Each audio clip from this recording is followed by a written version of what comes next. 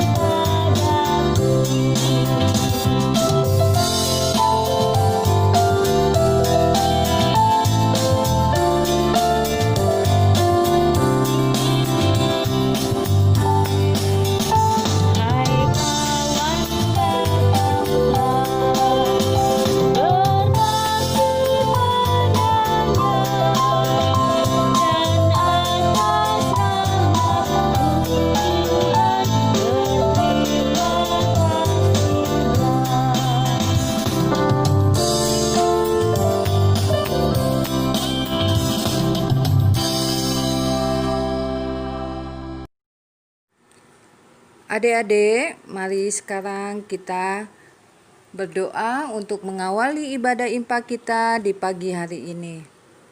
Tuhan Yesus yang baik, terima kasih karena di pagi hari ini Tuhan Yesus masih memberi kesempatan bagi kami untuk beribadah impa walaupun kami lakukan secara virtual di rumah kami masing-masing. Tetapi kami yakin dan percaya Tuhan Yesus akan memberkati kami di rumah kami masing-masing. Kiranya Tuhan Yesus, peribadahan kami ini boleh menjadi berkat bagi kami di dalam segala kehidupan kami, apapun yang kami lakukan saat ini. Tuhan Yesus juga memberkati Kak Yuniar yang akan membawakan firman Tuhan di pagi hari ini. Biarlah firman Tuhan yang Kak Yuniar sampaikan boleh kami mengerti dan kami pahami, sehingga kami dapat memperlakukan firman itu di dalam kehidupan kami. Hadirlah di tengah-tengah kehidupan kami, anak-anak-Mu yang pada saat ini sedang melakukan ibadah impa di rumah kami masing-masing. Terima kasih Tuhan Yesus. Amin. Shalom adik-adik, selamat pagi, selamat hari Minggu. Bagaimana kabar kalian hari ini? Pastinya semuanya dalam keadaan sehat selalu. Masih semangat untuk mengikuti impa hari ini? Dan udah siap untuk mendengarkan cerita firman Tuhan? Pastinya udah siap ya adik-adik. Firman Tuhan hari ini terambil dari kitab Hosea 6 ayat 1 sampai 3. Kitab Hosea 6 ayat 1 sampai 3 nanti akan dibacakan oleh teman kalian ya adik-adik. Hosea 6 ayat 1 sampai 3. Demikianlah firman Tuhan. Mari kita akan berbalik kepada Tuhan, sebab Dialah yang telah menarkam dan yang akan menyembuhkan kita, yang telah memukul dan yang akan membalut kita. Ia akan menghidupkan kita sesudah 2 hari. Pada hari yang ketiga, Ia akan membangkitkan kita, dan kita akan hidup di hadapannya. Marilah kita mengenal dan berusaha sungguh-sungguh mengenal Tuhan. Ia pasti muncul seperti fajar. Ia akan datang kepada kita seperti hujan pada akhir musim yang mengairi bumi. Adik-adik yang dikasih Tuhan Yesus, kalau kakak berkata hukuman, pasti di pikiran adik-adik ada perasaan takut, sedih, atau siap-siap dapat sanksi atau dimarahin. Hukuman pasti rasanya tidak enak, malu, sedih, atau menderita. Kenapa sih orang harus dihukum? Pasti karena orang itu telah berbuat salah atau tidak mau dengar-dengaran.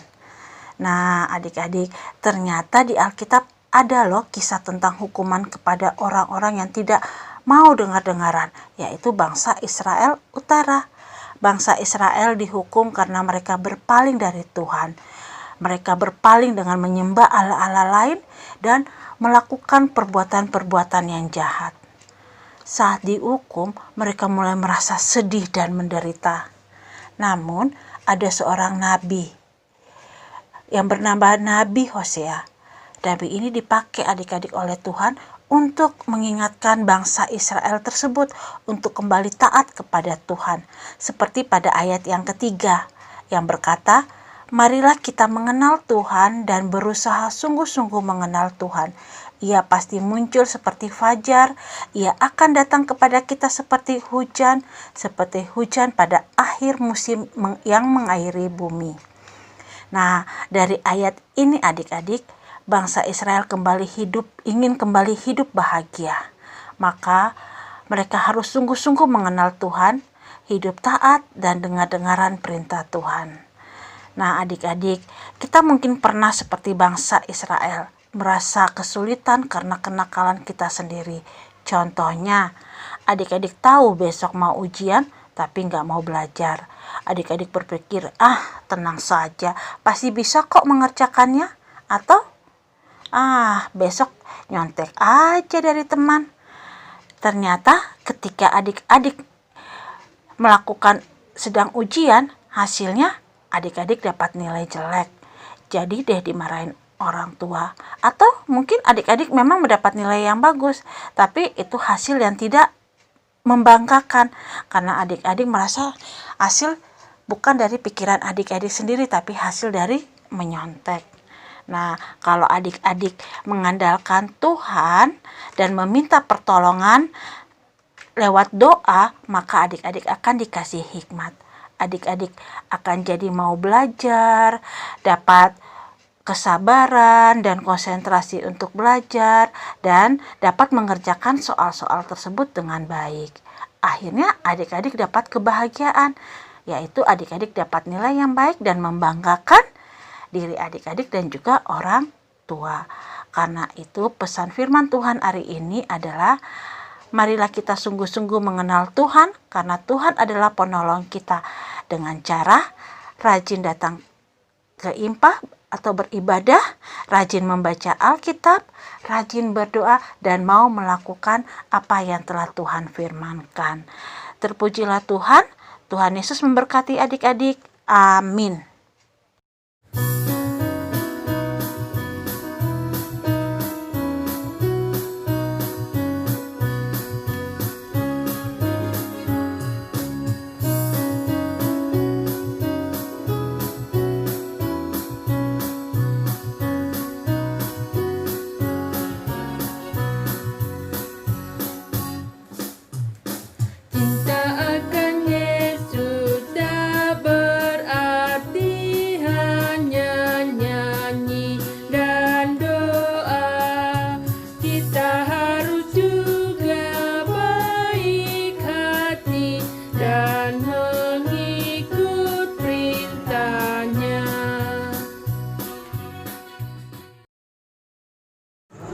Iya adik-adik, setelah kita mendengarkan firman Tuhan, marilah kita berdoa syafaat.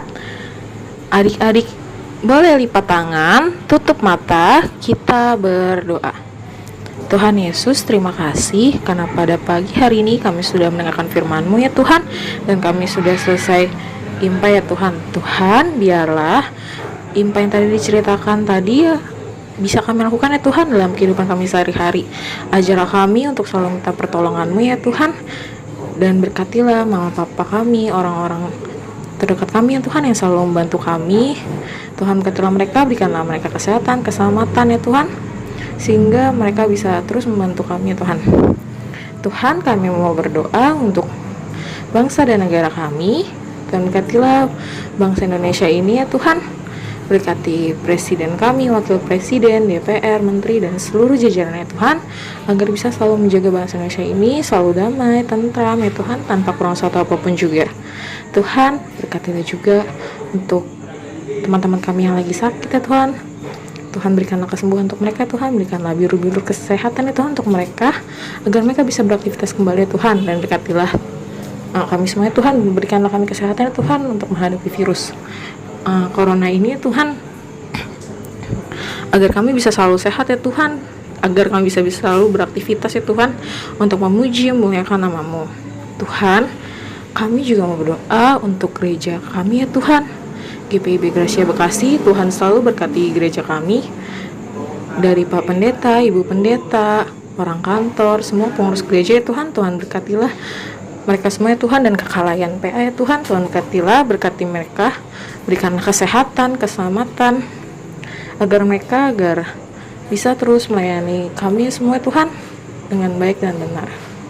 Tuhan berkatilah kami dalam menjalani kehidupan kami sehari-hari, agar kami bisa selalu sehat ya Tuhan, dan bisa beraktivitas sesuai dengan yang Engkau mau ya Tuhan, dan agar selalu menuruti perintah-Mu ya Tuhan.